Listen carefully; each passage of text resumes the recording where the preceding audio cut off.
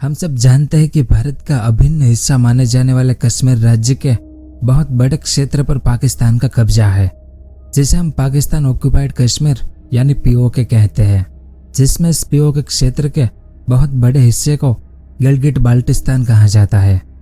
लेकिन लंबे समय से पाकिस्तान के कब्जे वाले इस गिलगिट बाल्टिस्तान में बहुत बड़े पैमाने पर विरोध प्रदर्शन हो रहे हैं। ऐसा माना जा रहा है कि ये विरोध प्रदर्शन इस क्षेत्र में हुई अब तक के सबसे बड़े विरोध प्रदर्शन है। जैसे हाल ही में इस क्षेत्र के कई वीडियो सामने आ रहे हैं जिसमें गिलगिट बाल्टिस्तान के लोग चलो चलो कारगिल चलो के नारे बोल रहे हैं। इसके अलावा बहुत से लोग भारत के साथ मिलने के बाद पाकिस्तान में गृहयुद्ध की चेतावनी तक दे रहे हैं। दूसरी ओर लंबे समय से भारत भी पीओके यानी गिलगिट बाल्टिस्तान को वापस भारत में मिलाने की कोशिश भी कर रहा है और साल 2019 के बाद भारत सरकार के रक्षा मंत्री राजनाथ सिंह ने यहाँ तक कह दिया है कि आने वाले कुछ सालों में पीओके भारत का हो जाएगा। और हाल ही में गिलगिट बाल्टिस्तान में चल रहे ये विरोध प्रदर्शन बताते हैं कि गिलगिट बाल्टिस्तान के लोग भी भारत में मिलने को आतुर है। लेकिन यहाँ पर सबसे बड़ा सवाल ये है कि अचानक पाकिस्तान के विरोध में गिलगिट बाल्टिस्तान में इतनी रैलियां क्यों निकाली जा रही है और क्यों यहाँ के लोग भारत में विलय के लिए तरस रहे हैं। तो आज की इस वीडियो में हम इसी के बारे में विस्तार से जानेंगे कि गिलगिट बाल्टिस्तान के लोग पाकिस्तान से क्यों थक गए हैं, गिलगिट बाल्टिस्तान का इतिहास क्या है, क्यों गिलगिट बाल्टिस्तान भारत के साथ मिलना चाहता है, इसके अलग अलग कारण क्या है, वो सब और इसके अलावा और भी बहुत कुछ जानने को मिलेगा आपको इस वीडियो में। तो वीडियो के अंत तक हमारे साथ बने रहिए।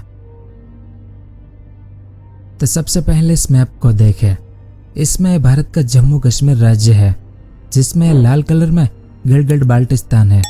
असल में ये एरिया भारत के कश्मीर राज्य का ही एक हिस्सा है जिसकी जनसंख्या आज 15 लाख के करीब है।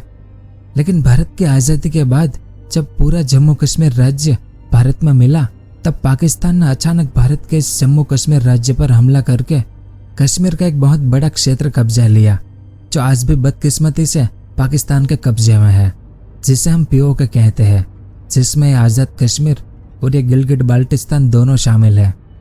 लेकिन पूरा पीओके का 80% हिस्सा मात्र गिलगिट बाल्टिस्तान का क्षेत्र है। अब मौजूदा समय की बात करें तो पिछले काफी समय से गिलगिट बाल्टिस्तान में पाकिस्तान विरोधी आंदोलन हो रहे हैं जिसमें यहाँ के लोग पाकिस्तान से आज़ादी की मांग कर रहे हैं। लेकिन पिछले 2 महीने से यह आंदोलन काफी हद तक बढ़ गया है। क्यों? क्योंकि हाल ही में गिलगिट बाल्टिस्तान क्षेत्र के शिया धर्मगुरु आगा बाकिर अल हुसैनी की गिरफ्तारी की गई थी, जिसके बाद सरकार के विरोध में बड़े पैमाने पर विरोध प्रदर्शन शुरू हो गया। असल में धर्मगुरु आगा बाकिर अल हुसैनी को स्कर्दू इलाके में एक परिषद की बैठक में पैगंबर मोहम्मद के बारे में गलत बयान देने के कारण उनके खिलाफ इश्निंदा कानून के तहत मुकदमा दर्ज किया गया है। अब इश्निंदा कानून इस्लाम के खिलाफ और इस्लाम की प्रसिद्ध हस्तियों के खिलाफ बोलने वालों के खिलाफ लगाए जाने वाला एक कानून है और इस इश्निंदा में इस्लाम के खिलाफ बोलने वाले लोगों को फांसी तक दी जाती है या फिर 3 साल से 10 साल की सजा का प्रावधान भी इस कानून में है। तो शिया धर्मगुरु आगा बाकिर अल हुसैनी को भी इस कानून के तहत गिरफ्तार किया गया है। लेकिन दूसरी ओर इस कानून को खास तौर पर शिया समुदाय को निशाना बनाकर लागू किया गया है क्योंकि पाकिस्तान में सुन्नी मुसलमानों की आबादी ज्यादा है। पाकिस्तान में 85% मुसलमान सुन्नी समुदाय से आते हैं। अब शिया समुदाय और सुन्नी समुदाय दोनों इस्लाम के समान बुनियादी सिद्धांतों को साझा करते हैं। लेकिन शिया लोग उन इस्लामी हस्तियों को अपना आदर्श नहीं मानते हैं जिन्होंने पैगंबर मोहम्मद के वंशजों यानी चौथे खलीफा अली का विरोध किया था, जबकि सुन्नी मुसलमान सभी पैगंबरों को मानते हैं जिनका जिक्र कुरान में किया गया है। लेकिन ये लोग अंतिम पैगंबर मोहम्मद साहब को ही मानते हैं, लेकिन वे मोहम्मद साहब के वंशजों को उनका उत्तराधिकारी नहीं मानते। उन्हें बस वे दुनिया की एक शख्सियत के रूप में ही देखते हैं। जबकि शिया समुदाय के लोग मोहम्मद साहब के वंशजों को भी अपना उत्तराधिकारी मानते हैं। इस कारण तो शिया समुदाय और सुन्नी समुदाय हर देश में आपस में लड़ते रहते हैं। तो यहाँ पर भी कुछ ऐसा ही हुआ है। पूरे पाकिस्तान में सुन्नी समुदाय बहुसंख्यक आबादी में है, जबकि गिलगिट बाल्टिस्तान में शिया समुदाय बहुसंख्यक आबादी में है। तो 22 अगस्त को शिया धर्मगुरु आगा बाकिर अल हुसैनी ने मोहम्मद साहब के खिलाफ कुछ बोल दिया था जिसके बाद से सुन्नियों द्वारा मौलवी साहब को गिरफ्तार करने के लिए डाइमर में विरोध किया गया और सुन्नी मुसलमान लोगों ने पर्वतीय क्षेत्र को पाकिस्तान से जोड़ने वाले इस हाईवे काराकोरम राजमार्ग को भी बंद कर दिया। लेकिन दूसरे इलाकों में शिया समुदाय द्वारा धर्मगुरु आगा बाकिर अल हुसैन की गिरफ्तारी करने के कारण ये शिया सुन्नियों के खिलाफ प्रदर्शन कर रहे हैं। अब यह काराकोरम राजमार्ग पूरे पाकिस्तान को गिलगिट बाल्टिस्तान और पीओके से जोड़ता है। इस कारण शिया समुदाय के लोग इस हाईवे के ब्लॉक होने से पाकिस्तान के बाकी इलाकों से कट गए हैं। तो यहाँ पर शिया प्रदर्शनकारी आगा बाकिर अल हुसैन की रिहाई और काराकोरम राजमार्ग खोलने की मांग कर रहे हैं। और अगर इनके मौलाना साहब की रिहाई नहीं हुई तो ये लोग गृहयुद्ध की धमकी दे रहे हैं और भारत में विलय के लिए नारेबाजी कर रहे हैं। यानी ये प्रदर्शनकारी ये चाह रहे हैं कि कारगिल सड़क को खोल दिया जाए और वे जाकर लद्दाख से वापस मिल जाए, क्योंकि ऐसे कई वीडियो जा रहे हैं जिनमें ये लोग चलो चलो कारगिल चलो के नारे लगा रहे हैं। तो पीओके में हो रहे हैं इतने विरोध प्रदर्शनों के बाद कोई भी न्यूज़ कवरेज पाकिस्तानी मीडिया के द्वारा नहीं चलाया जा रहा, ताकि आम पाकिस्तानी लोगों को इस बारे में पता ना चले। और मौलाना साहब के गिरफ्तारी के अलावा लंबे वक्त से पीओके के लोग पाकिस्तान सरकार से भेदभाव महसूस कर रहे हैं, जो एक और प्रमुख कारण है कि गिलगिट बाल्टिस्तान के लोग भारत में मिलने के लिए आंदोलन कर रहे हैं। जैसे गिलगिट बाल्टिस्तान के लोग लंबे वक्त से लगातार गेहूं और अन्य खाद्य पदार्थों पर सब्सिडी की बहाली, अवैध भूमि पर कब्जा और अपने क्षेत्र के प्राकृतिक संसाधनों के शोषण जैसे कई मुद्दों का सामना कर रहा है। क्योंकि गिलगिट बाल्टिस्तान का क्षेत्र प्राकृतिक संसाधनों के लिहाज से काफी संपन्न है, लेकिन पाकिस्तान ने इस क्षेत्र का बहुत बड़ा हिस्सा चीन को दे दिया है ताकि चीन यहाँ के प्राकृतिक संसाधनों का दोहन कर सके।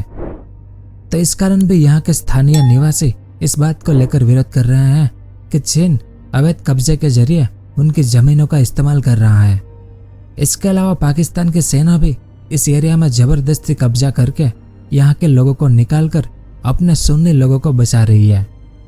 अब गिलगिट पाकिस्तान के लोगों के पास पाकिस्तानी पासपोर्ट और आइडेंटिटी कार्ड तो मौजूद है, लेकिन फिर भी पाकिस्तान के इलेक्शन और पार्लियामेंट में गिलगिट बाल्टिस्तान के लोगों का कोई भी समूह या व्यक्ति मौजूद नहीं है। इतना ही नहीं, पाकिस्तान में होने वाले नेशनल इलेक्शन में भी इन्हें वोट देने का अधिकार नहीं है। दूसरी ओर गिलगिट बाल्टिस्तान पाकिस्तान का एक प्रमुख टूरिस्ट प्लेस है। यहाँ पर trekking fees, environmental protection fees जैसी कई एडवेंचरस फीस ली जाती है, जिन्हें सेंट्रल गवर्नमेंट के द्वारा इकट्ठा किया जाता है। लेकिन यहाँ की स्थानीय राज्य सरकार को इस टैक्स कलेक्शन का कुछ भी नहीं मिलता है। दूसरी ओर पाकिस्तान के संविधान के 18 अनुच्छेद के अनुसार पाकिस्तान के बाकी सभी प्रांतों के पास उनकी गैस, ऑयल, खनिज, बांध और टूरिज्म जैसे सभी क्षेत्रों से टैक्स कलेक्शन का अधिकार है। साथ ही इन प्रांतों को इन क्षेत्रों में नियम और कानून बनाने का अधिकार भी मौजूद है। लेकिन असलियत में पीओके के लोगों को इन क्षेत्रों में कोई भी अधिकार नहीं दिया गया। वे ना तो कोई टैक्स कलेक्ट कर सकते हैं और ना ही इन क्षेत्रों में अपने कानून बना सकते हैं। इस कारण से इन क्षेत्रों से आने वाला सारा पैसा सीधा पाकिस्तान की केंद्र सरकार को भेज दिया जाता है और राज्य सरकार के पास इसका कुछ भी नहीं बचता, और इससे पीओके के लोगों की आवश्यक जरूरतें भी पूरी नहीं हो पाती। इस कारण भूखमरी और बेरोजगारी से परेशान ये लोग पाकिस्तान से अलग होकर भारत में मिलने के लिए आंदोलन कर रहे हैं। फिर गिलगिट बाल्टिस्तान के लोग पाकिस्तान की सरकार से इस बात से भी नाराज है कि प्राकृतिक संसाधनों से समृद्ध गिलगिट बाल्टिस्तान की हुंजा घाटी को पाकिस्तान ने चीन पाकिस्तान आर्थिक गलियारा यानी चाइना पाकिस्तान इकोनॉमिक कॉरिडोर या सीपीईसी प्रोजेक्ट के कारण इस घाटी को चीन को सौंप दिया है, ताकि इससे चीन का जो कर्ज पाकिस्तान पर है वो कर्ज कम हो जाए। इसके बाद चीन ने भी इस घाटी में काफी खनन कार्य शुरू कर दिया है, लेकिन इस खनन से गिलगिट बाल्टिस्तान में प्राकृतिक आपदाओं की घटनाएं बढ़ गई है। जैसे पिछले महीने में हिमनद झील पर बना पुल ढह गया जो चीन ने बनाया था। इतना ही नहीं, चीन के बढ़ते खनन कार्यों से गिलगिट बाल्टिस्तान क्षेत्र में 3000 से ज्यादा हिमनद झीलें बन चुकी है, जिसमें से 35 से अधिक झीलें टूटने की कगार पर है। यानी चीन के सीपीईसी प्रोजेक्ट से होने वाले प्राकृतिक नुकसान को गिलगिट बाल्टिस्तान के लोग भुगत रहे हैं। इसके अलावा पाकिस्तान के आर्थिक हालात तो आप सब जानते ही है। पाकिस्तान अपने सबसे बुरे दौर से गुजर रहा है। पाकिस्तान ब्यूरो ऑफ स्टैटिस्टिकल के अनुसार पाकिस्तान में मई 2023 में महंगाई दर 34.97% अधिक बढ़ चुकी है और पाकिस्तान को IMF से मिले लोन के कारण उसने IMF की सारी शर्तों को मान लिया है और अपने लोगों पर अधिक टैक्स लगा दिया है, जिसके बाद पाकिस्तान में पेट्रोल और डीजल की कीमत अब आसमान छू रही है, जबकि प्रति 20 किलो आटा 3000 में बिक रहा है और आलू 75 रुपये किलो और टमाटर 150 रुपये किलो हो गए हैं। ऐसे में गिलगित बाल्टिस्तान का क्षेत्र पहले से ही पाकिस्तान की सरकार से भेदभाव महसूस कर रहा है। वो पाकिस्तान की आर्थिक हालातों से भी परेशान हो चुका है, क्योंकि पाकिस्तान 1970 में पूर्वी पाकिस्तान यानी बांग्लादेश के लोगों पर जिस तरह का जुल्म कर रहा था, उसी प्रकार पाकिस्तान की सरकार गिलगित बाल्टिस्तान पर टैक्स थोप रही है और गिलगित बाल्टिस्तान के खनन और टूरिज्म से आने वाले पैसों को पाकिस्तान के पंजाब प्रांत में ही इन्वेस्ट कर रही है।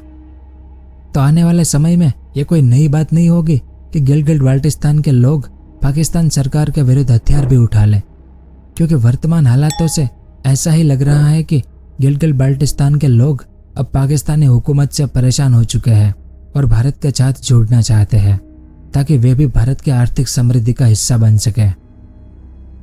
तो यह सब कुछ था इस वीडियो में। उम्मीद है आपको कुछ जानने को मिला होगा। अगर वीडियो पसंद आया हो तो इसे लाइक ज़रूर करें। पूरा वीडियो देखने के लिए आपका बहुत बहुत धन्यवाद।